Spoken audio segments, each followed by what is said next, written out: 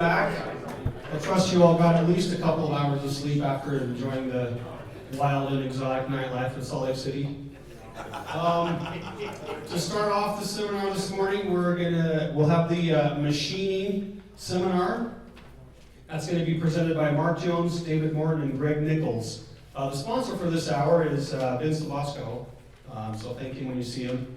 Housekeeping rule, if you wouldn't mind, take a moment to silence all noise-making devices, cell phones, pagers, vibrators, especially vibrators.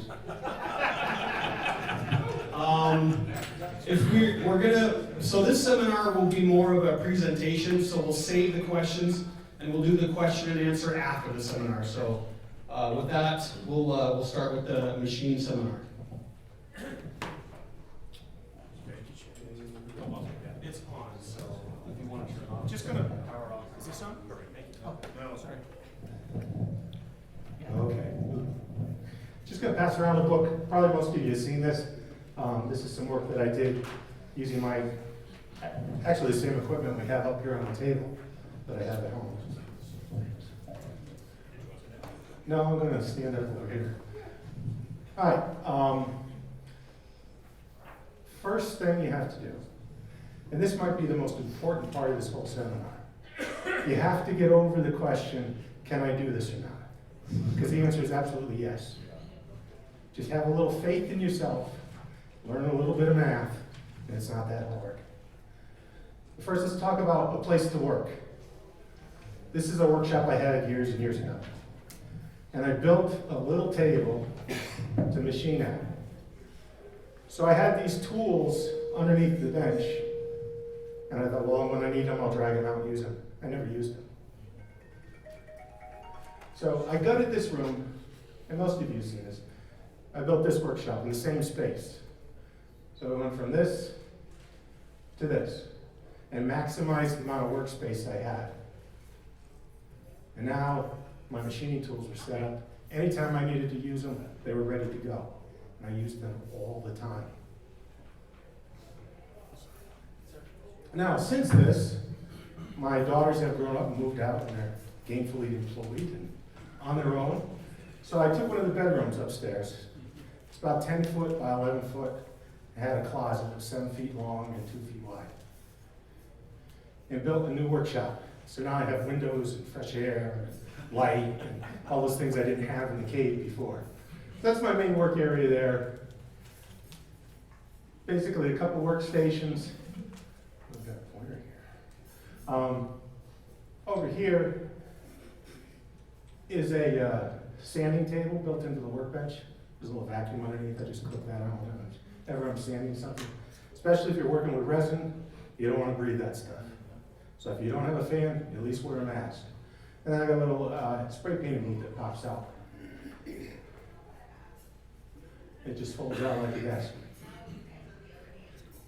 Then I took the closet, took the doors off, and that's where I have my machining tools. So instead of being 8 feet long, now it's 7 feet long. It's 2 feet deep.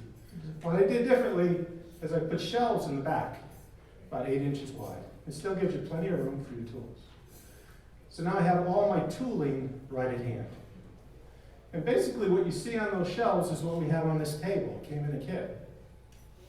So you're a closet machinist. I'm a closet machinist. There you go. Oh, he's come out of the closet before.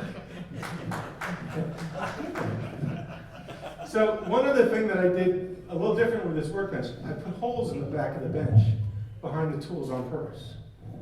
Especially when you're machining aluminum, you get shavings that go everywhere. So now I've got a place to put them. And there's a little pail underneath on sliders so I can empty it. So if you do decide to start machining, make sure you have room to set your stuff up. Because if you figure, well, I'll just take it out when I need it, you might as well not buy it. Okay? Now, I thought it might be interesting, you look at the models that we scratch build and all that kind of stuff. How would you use these tools on just a basic kit? So this is a curbside. Different tomorrow. Curbside.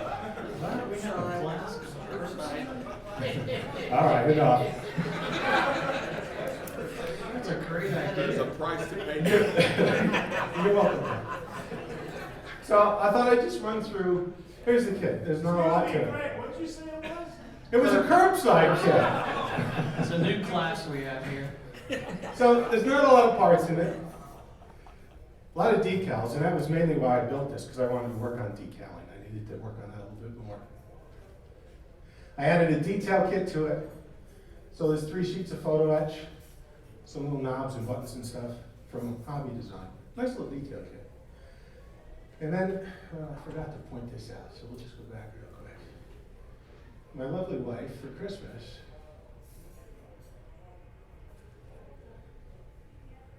oh, there it is, bought me this little thing. It's called a Cricut. You get them at Michael's. It's a die cutting machine. It's fantastic. So what I wanted to do, when you put carbon fiber decals on, you get them in a sheet, and you gotta make patterns and cut them out. So I made all the patterns and have the Cricut cut my decals out for me. What program do you use to draw that? I use just Photoshop. Okay. Any program you can draw lines with. So what I did is I made all the patterns out of tape, put them on paper so that when the decals were cut out, the grain would go the right way, put it in the computer and then trace them, and then that's what I was left with. Then you upload it to the Cricut site, and the machine and the Cricut site talk to each other, and you cut them out. And you can set the cutter so you just cut through the decal, you don't cut through the paper. It does a beautiful job. But, all right. Now on this model,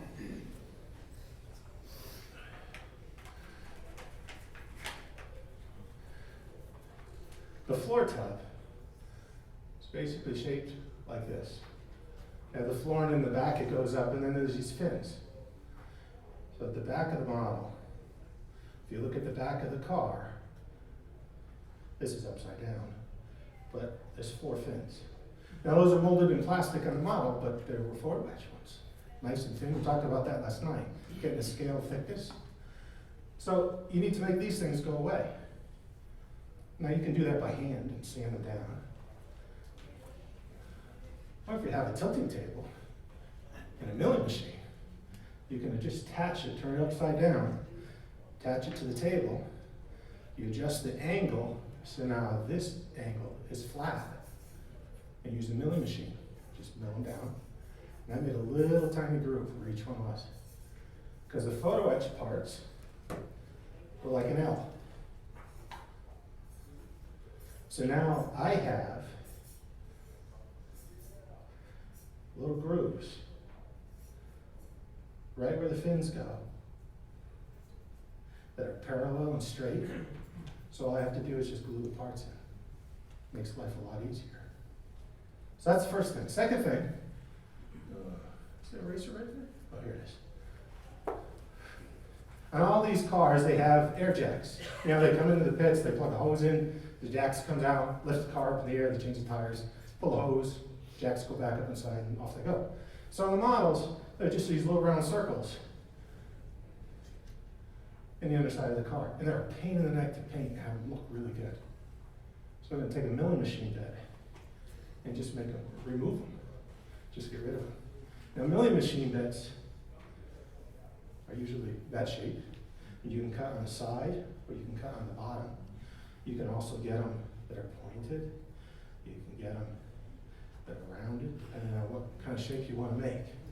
The beauty of the, what they call the square end on the far left there is you can cut a hole with a flat bottom. And that's what we need. A lot of times a drill bit will leave a radius and your part sits too far in. The flat bottom ones are nice because it creates basically a square hole with the 90-degree walls to the floor. Exactly. So on the bottom of the car, there's 4 of these jacks. So just take the milling bit and just remove them, just a little bit. Remove the plastic. And then before I move to the next hole, I would remove the milling bit from the milling machine, put in a little drill, and then drill a hole right in the center. So when I was done, they were gone, they were milled away, and each one had a little hole in the center. So then you can take some aluminum. If you're looking at the side of the part, there's the pad, there's the rest of the part, and you leave a little stem on. And you just make the stem the same diameter as the hole you drilled. So now when you're ready to put these on, just a little glue and pop them in. They're perfectly centered. Now what I like to do is paint this part. And I paint a lot of parts on the lathe. Just put a little dab of paint, turn the lathe back on, it spins around, it dries. Okay? So after I do that, I come back with the cutter that I made this little groove with and just touch the part. Now it cleans up what you just painted. So you have a perfect circle with a little shiny ring around it. And it took you 2 seconds. And it really, really makes a difference. One of the reasons he said that he changes out his bit is when he cuts his first hole, it's like that. But if he went and cut the other 4 holes and came back to this one, he now has to center the center of this hole with the center of the tool that's coming out of the mill. If he takes that out now, puts in a smaller bit, it's already centered.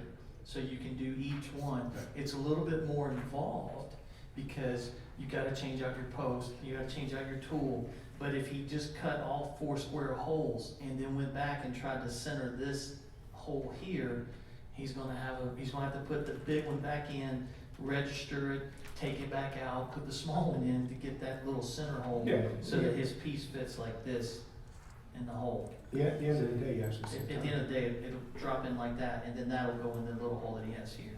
Perfect. And that's one of those little tips you learn along the way. I've done it the hard way, where I've done all 4 and then went, oh, I gotta go back Too and late center now. that hole. Okay, But you only did that once. Yes, well, maybe more. so we made some new rear axles. Now the brakes are all photo etched. I don't know if any of you have ever put together these photo etched brakes. They stack, right? Yeah. And they're a joy to build, aren't they? Yes. They're just fantastic. So what I did, all the parts, even though the diameters are different, the hole in the center is the same. So I just took a piece of aluminum and then just machined a little nub on the top that's the same diameter as the hole in the center. Now you can just stack the parts on there and glue them as you go. And when you take it off, they're perfectly in register. That's a great idea. And it's so easy to put them together. So that's the brakes. Oops, we moved. On the interior, bunch of little parts. Steering column, electronic plugs, switches, all sorts of little things. Now this car has exhausts that come out right behind the front wheels, and they're plastic. But they glue to the inside of the tub. So I put them together and I cut the end off. And then I machined a piece of aluminum that just slides over it. Real thin, just slides over it. Then I made a new exhaust tip out of brass and I heated it up a little bit to give it a little color. So you just add those 2 pieces and then just glue it on where it comes. Exterior, a couple things for the antenna and the wiper. On the wheels,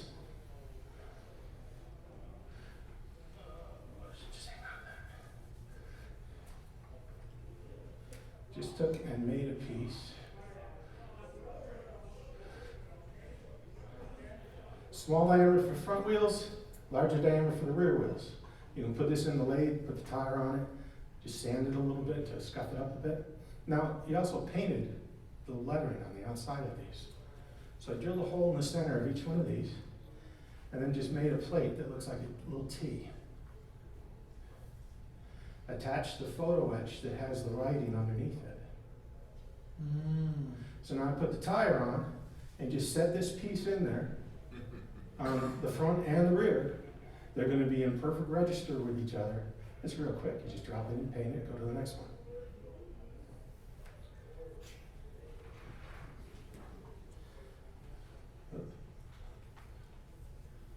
All right, so this is underneath the car where the fins are and the air jacks you can see.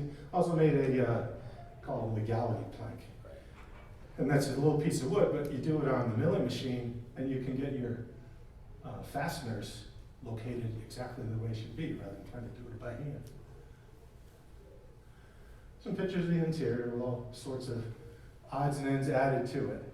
One thing, the seatbelts, they come with photo etch buckets or buckles.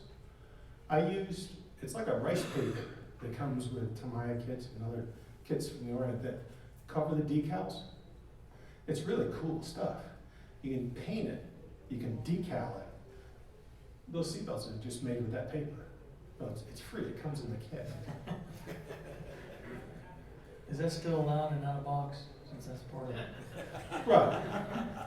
But you can see the exhaust pipes down the bottom there. Those are just the plastic pieces. There's the brakes and all the other parts on it. Curbside. We'll go And to the there's the terminal. finished model. The other thing on the wheels were these little nuts that hold the wheels on. It was just a glob of plastic, and to try and paint that for the center part of the actual nut, you could do it, but it's probably not gonna come out. Using a lathe, you can make them as separate pieces, paint them separately, and then put it together.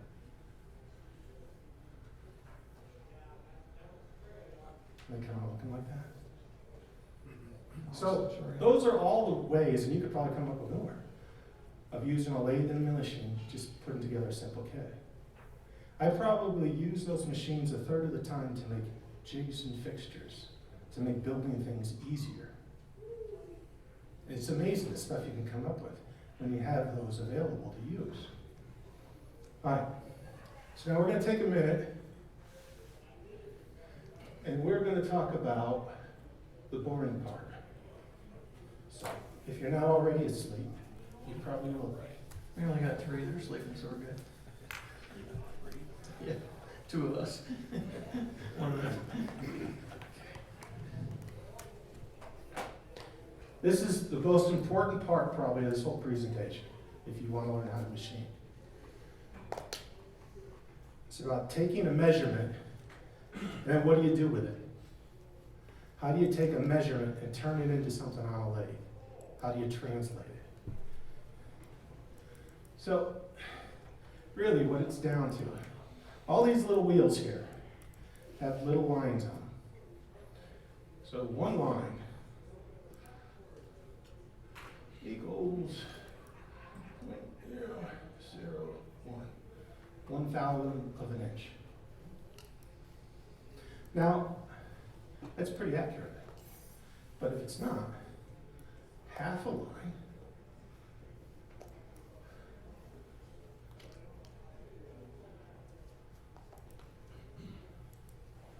We just lost half of it.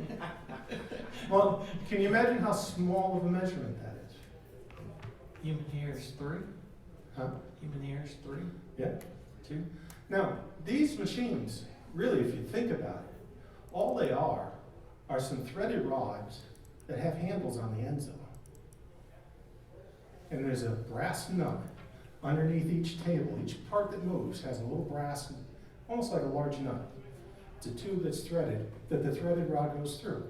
And as you turn the wheel, that brass rod just slides up and down because the table's connected to it. If you do all of your machining and your measurements, turning the wheel in one direction. So if you're turning counterclockwise on the lathe, on the mill, you can hold half of a thousandth of an inch with no problem.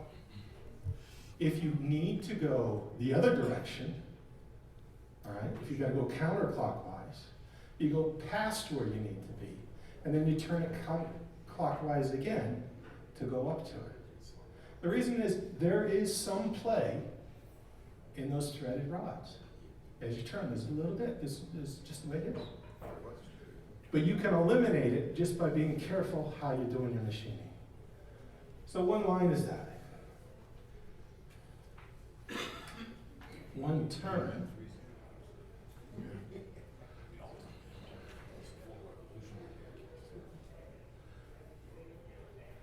equals that. So there are 50 lines on each dial. So 50 thousandths of an inch on each turn. So 2 turns. We'll give Wait you. for it? Huh? Is it wait for it? Calculator up, so you're fine. And 20 turns, Guess what? 1 inch. 5 turns for 50 thousandths is a quarter inch, not 1 inch. So let's take some dimensions. I think you're off about 400%. I am. Yeah, you're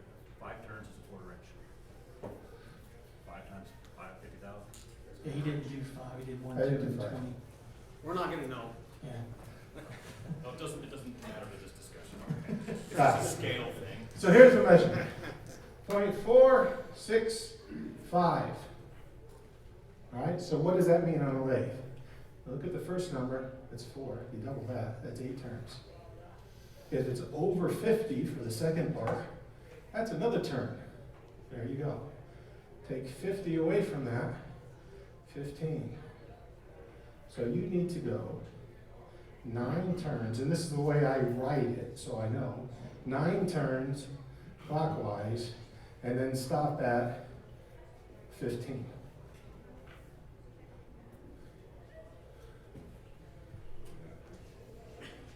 So 0.325. That's 6 turns, and then to 25 on the dial. Now, that may not make any sense, does it?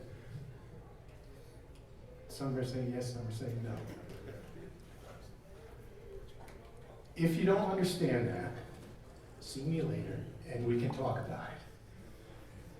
Now, that's if you're going, these dials they're called zero reset dials.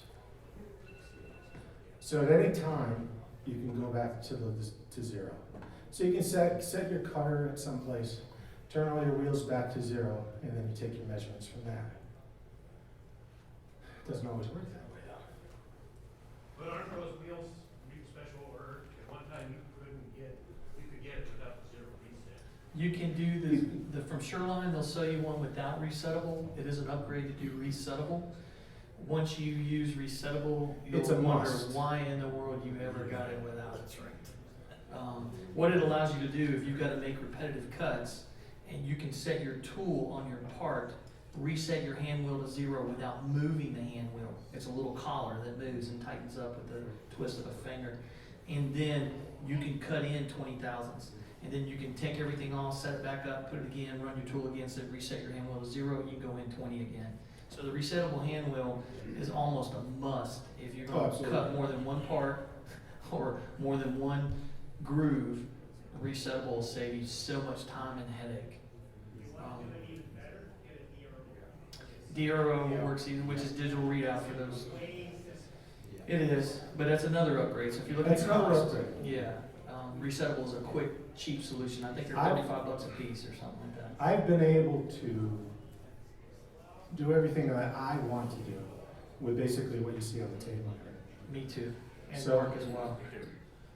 I don't know if I want to go deeper into this if I lose you even further. But say your wheel is at 15, okay? And you have to take a measurement for your next movement. So your cutoff bar is right at 15, and you need to move it to the left, I don't know, 265.265. All right? So you're going to go 4 turns, then another one, because you're over 50. That's 5 turns. So that gives you 9. And then to 15. But you're already at 15, so you add that, and you go to 30. So I know it sounds complicated, but once you sit down and do it a couple times, it becomes second nature. It does. I also think you'll find that between Greg and Mark and myself, you will find us on different roads, but we all get to the same destination. I don't do the math that he does. I take my micrometer, measure the part, know what I have to take off.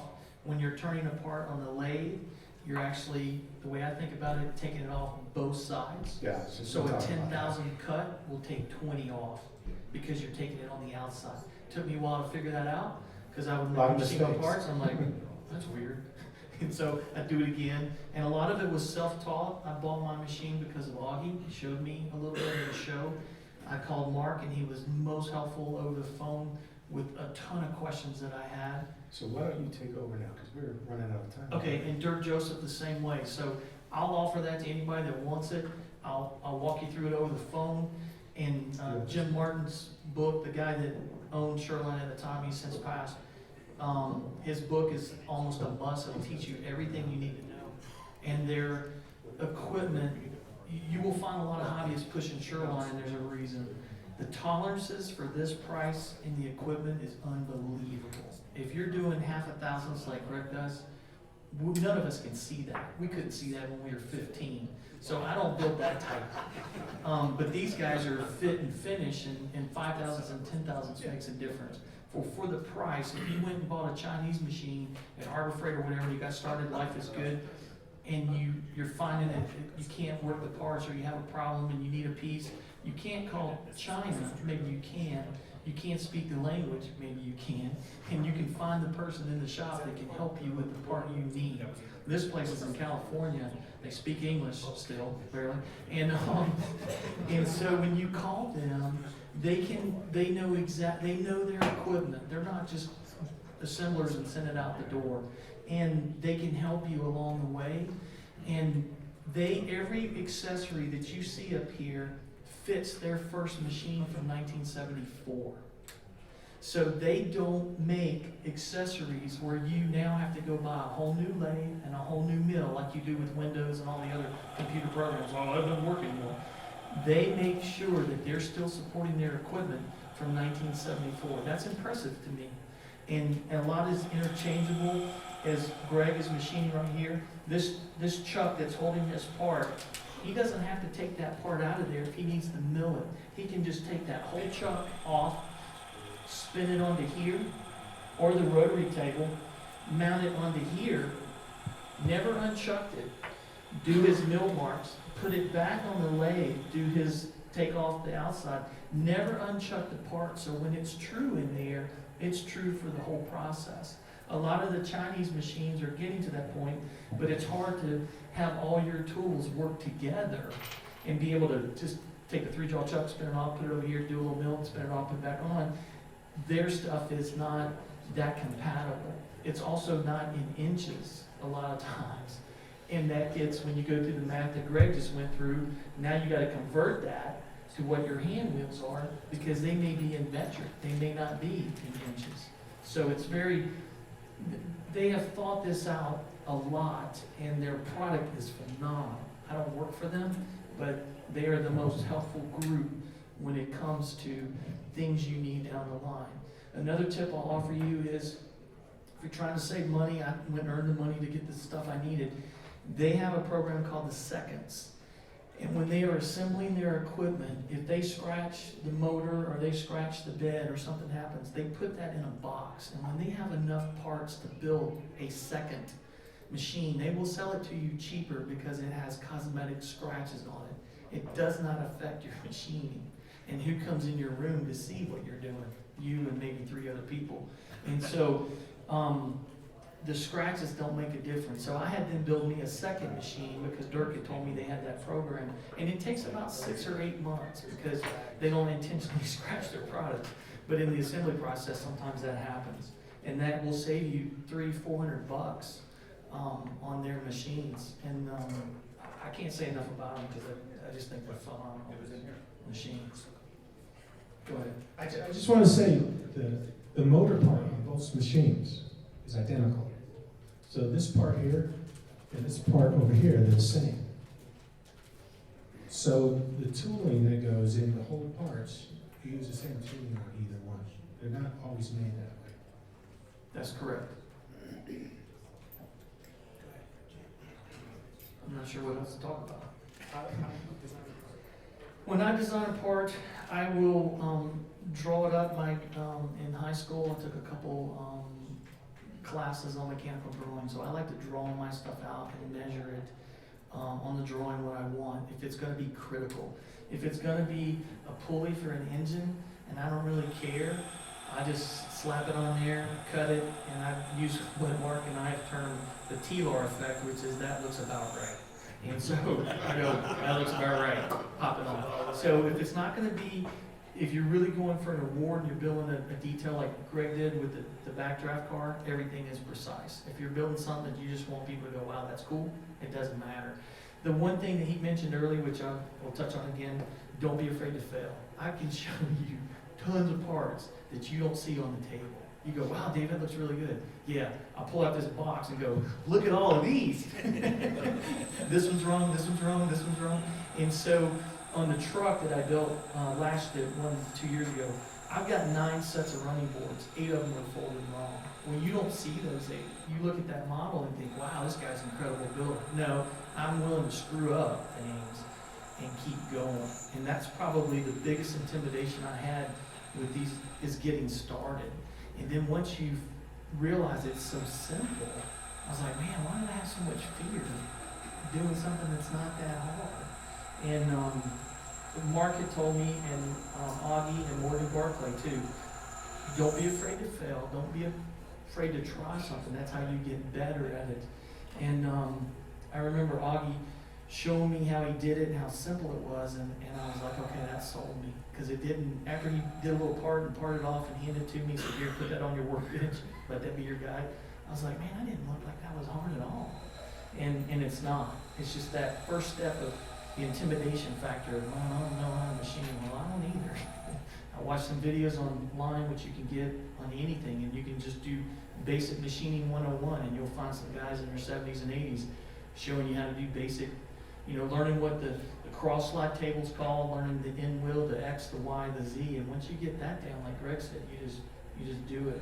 So it depends on the part that I'm making as to how precise I want to be, but I'm not in these guys' leagues where they are within 5,000 7 inch. I'm like, I'm just hoping your vision is going like mine, so you look down and go, yeah, those look about right. Yeah, but I've never seen a judge with a chronometer either. No. And fortunately, they're all having to use optimizers to judge like we do builds. That looks about right, is a good technique. Dave, you asked me the other night about how accurate I can be from one part to another. And the math I showed you, one part to another, they're within 1,000th of an inch. Wow. When I'm making multiple parts. It's doing the math and keeping track of all the little lines. It's not that hard. It just takes patience and time to do it. That's the That's all. thing. Another thing to take into consideration is that if you're gonna make a bunch of parts, a lot of times it's easier to make one and know that you're gonna sacrifice it. You go in and you do all the different steps, and you find out maybe that's not the best route to do it. And as Greg said, you make your notes. And the best part is you cut this part off and you have it there to measure off of, so that as you're making the other 8 or 10 parts that you want it to match, you have a bellwether to keep going back to and measure off of it. A stack tolerance issue often comes along where you make one part, you set it aside, you measure it, you make a copy, and then you measure that one, and then you measure that one, when you're only 1,000th off each one. 8 times later, you're 8,000ths off. And the first one doesn't look like it's like that old telephone game. So I learned a long time ago, build something or cut something out, knowing you're gonna sacrifice it. Sometimes you actually use it. You get lucky. But don't be afraid to, I've got a bigger jar, unfinished jar, unused parts. And the cool part is metal. It never goes bad. A couple years later, you make something and you go, oh, that looks like I didn't cut what I wanted out of it. I'll just cut it up and make that out of it. And I was at Mark's house one day, and he has this Altoids box, really cool parts inside. And he said, those are all rejects. I'm like, can I have them? He goes, no. And I said, no. And he said, because they're going on a model that I don't know what it is yet, but they'll go on. And so he keeps all his so he gave me an Altoid box, he put some flames on it. So I have the same thing, and I got some really cool parts. And in there, one day I'm looking through, and there is a gas cap knob that I made that didn't make the cut for singled out. And it's on the VW in there. Because I pulled it out, I'm like, I don't have to machine it. Perfect. And so you'll have those parts. Another thing he taught me, as he was airbrushing, and he had Model Master paint in his airbrush. And I could do a whole seminar on painting because of him. And he took lacquer thinner in a mustard bottle, and he poured it in his little cup with the paint, stuck his finger over the end, pulled back slowly, and it bubbled in the cup. And I go, what are you doing? He goes, I'm mixing in the cup. And I'm like, you don't mix in the jar and then pour? No, you don't have to do that. I'm like, okay, well, you can't add lacquer thinner to enamels. And he said, who said that? I said, well, that's what I've always been told. He said, always try. Always try. Don't worry about what somebody's told you. Go try it. If it fails, then they told you the truth. If you succeed, they lied. And so he taught me that, and so now I've got a mustard thing of lacquer thinner, and I pour it in my cup, stick my finger over it. I will warn you, the first time you pull back, don't pull back all the way. Because I was like, oh, Don't ask how you learned So it's all the air, but a little bit of the needle coming back. Don't poke your finger. Don't poke your finger. Yeah. And he still has his airbrush from 1981. No, it's older than that. Same needle, same cone. It's a #VL from 1978. I was shocked. And he taught me if you disassemble your airbrush, never take your needle from the back and never insert your needle from the rear. Always insert your needle from the front. You damage the front of the needle if you're sending it in from the back. So now, because of him, I assemble mine from the front. And it makes so much sense. But when you look at his needles, you can roll them on a table and they're perfectly flat. And that's 1970. That's amazing. And you've seen his work, so. It all comes from being frugal, okay?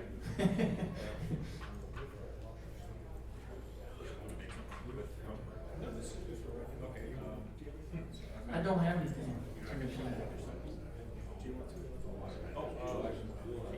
Yep.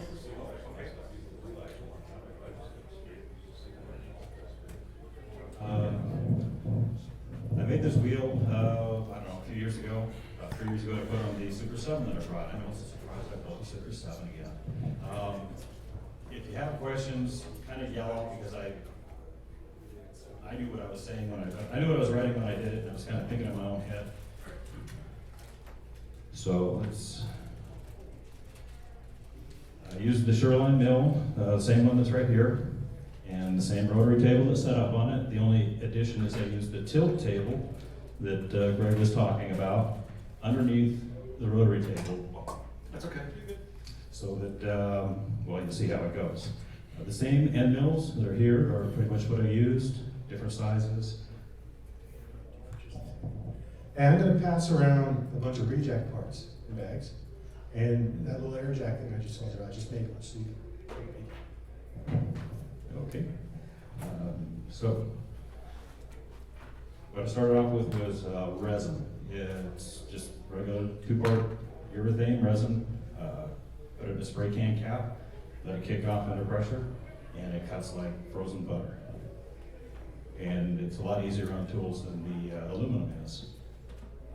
I already had a wheel outer made. It would fit the tire, and that was what I was going to fit the wheel center to.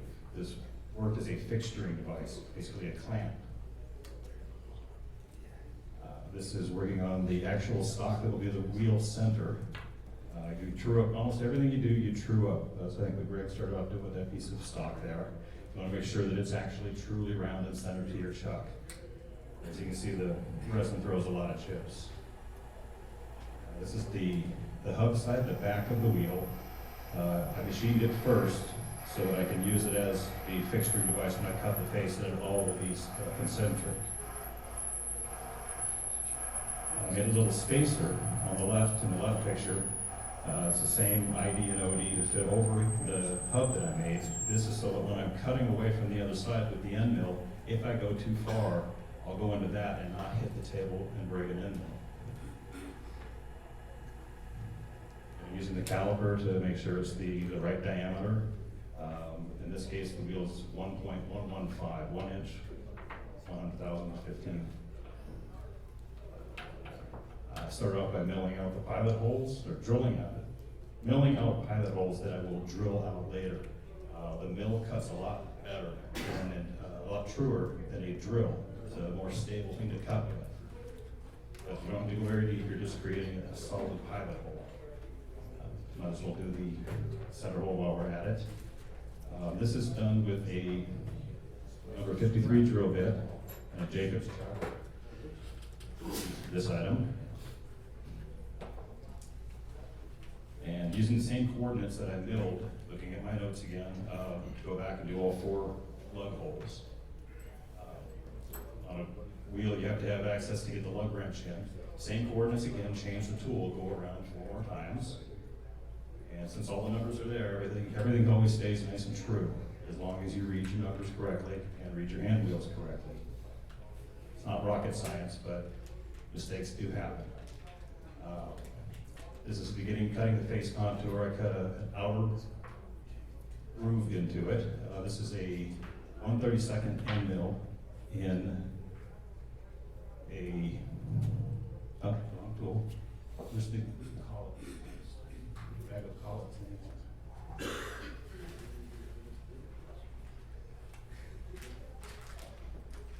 Collets. These go into the mill, and they're tightened down by a drawbar, which looks like a big bolt, because it is just a big bolt. It's the same way that the chuck is held down. And it's basically a clamp that grabs onto the end mills. Do we have any small end mills? No, there's a large ones there.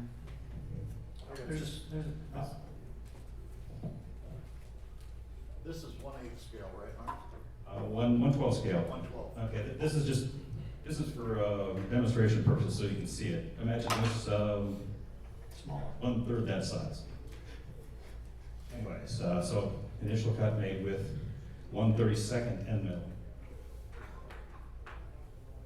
Next step up. Same 32nd end mill. Now I've used the tilt table.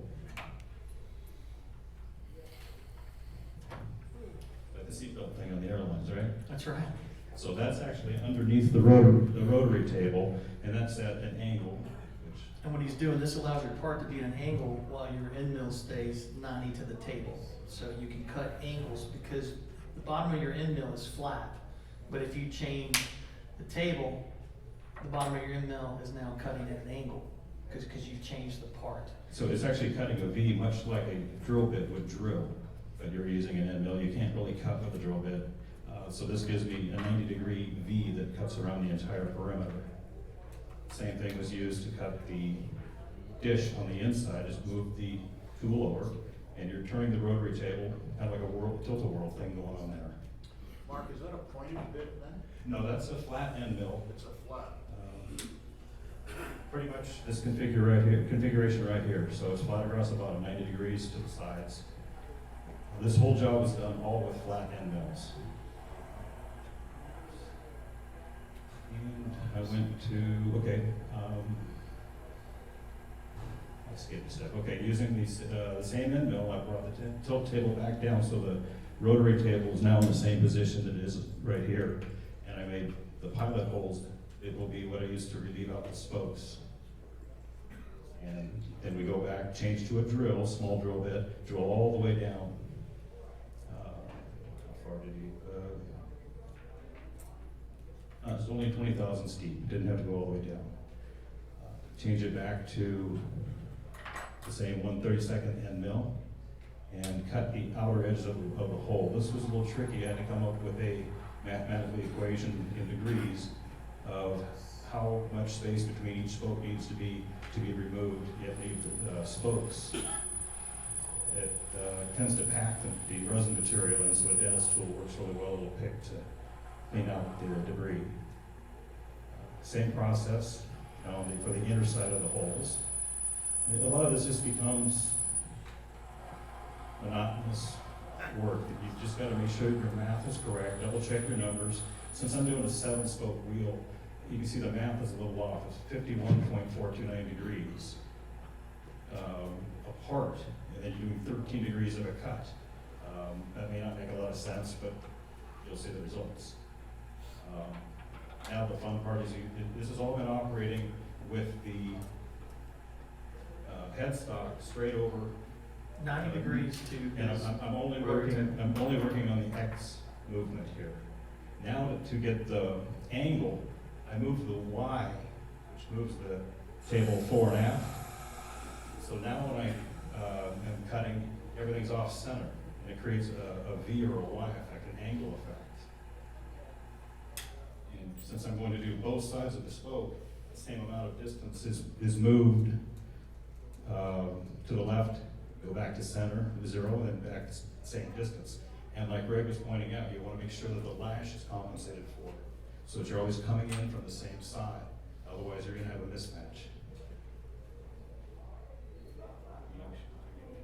Everything okay? You okay? Oh, no, it's a new truck, so it's got grease all on it.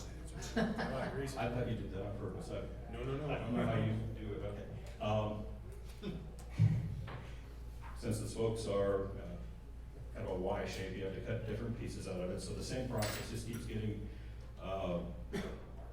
repeated in different places on the wheel to remove the material. So now I'm cutting inside that dish. And now we've got to cut the other side of the U of the spokes. And the same math just keeps being used over and over with that 51.429 degree center.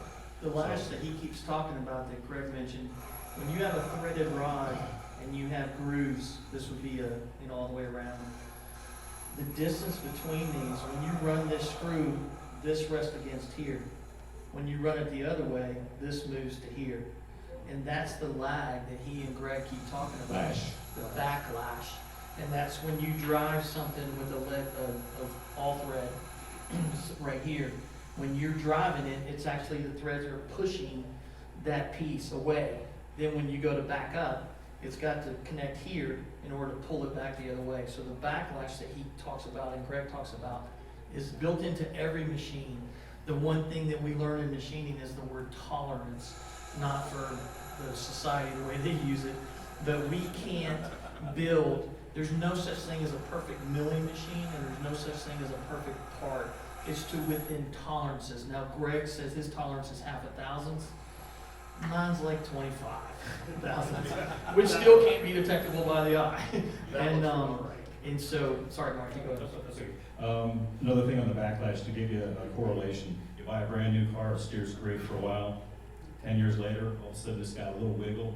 That's because the part you've operated in is worn the lash, and there's a backlash adjuster in the steering box. These are also adjustable, and what happens is mine gets a lot of lash on my lathe in the general area that Greg's cutting in, because that's where I do 99% of my work. Same thing on my mill.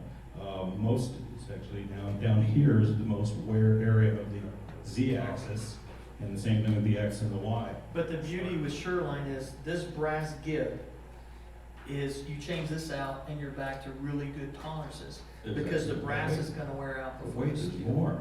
There's more. There's adjustable gibs underneath it, so before you get to the point where you need to replace anything, you've got adjustments to fine tune it. But just like on your steering box, you make it really good on the straightaways. You go to a U-turn and it binds up. So back to the tolerance as well. There's a whole lot of give and take. The more you use your machine, the more you'll be familiar with how it works, where it works, and what it can do, where it can do it. Back to the wheel.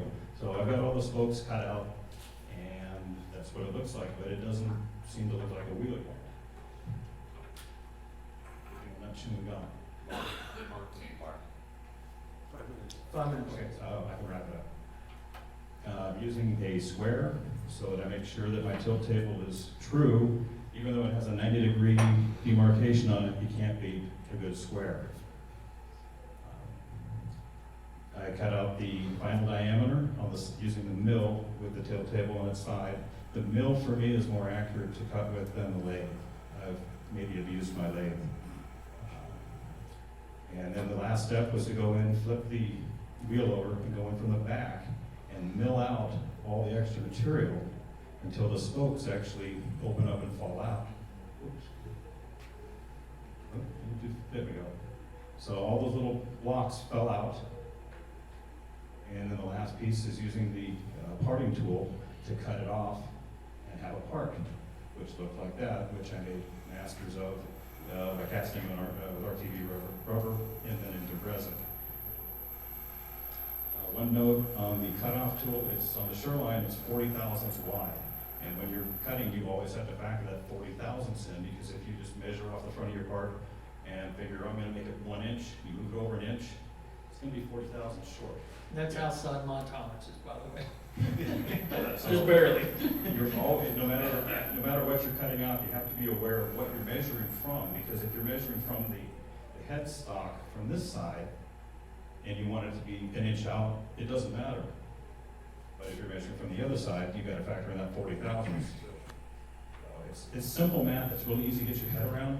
I have a calculator right next to the mill, and it's as important of a tool as the calipers and the tools themselves. It is, as Greg touched on math and saying that if you get through math, I have a chart by my mill, and across the top it has numbers 1 through 10, and it's 360 divided by that number. In the vertical column, I've got the actual number on the rotary table. So I don't have to, if I gotta divide 360 by 6, that might give me a number, but then I have to add that 6 times to go around. So to make it simple for me, I got a chart right there, I go to 180, I rotate my little wheel to 180, I drill my hole, I look up again, it says go to 210, I roll it to 210, and then I don't have to do the math. Or you just make enough bolts that you start at 0, you do 60, 120, That's 180, too hard. 240, 300, and you're back at I 0. don't have to do 60. math, it's done for me, and it's accurate. Another neat trick to have, neat tool to have is almost every metal supply shop has a chart that is a conversion chart. Yes. And it's usually all the decibels with the fractions and metric equivalents. It's like the drill bit size chart, tells Yeah, you the and tap it's, that you it's so easy just to run across and cross-reference. I guess we can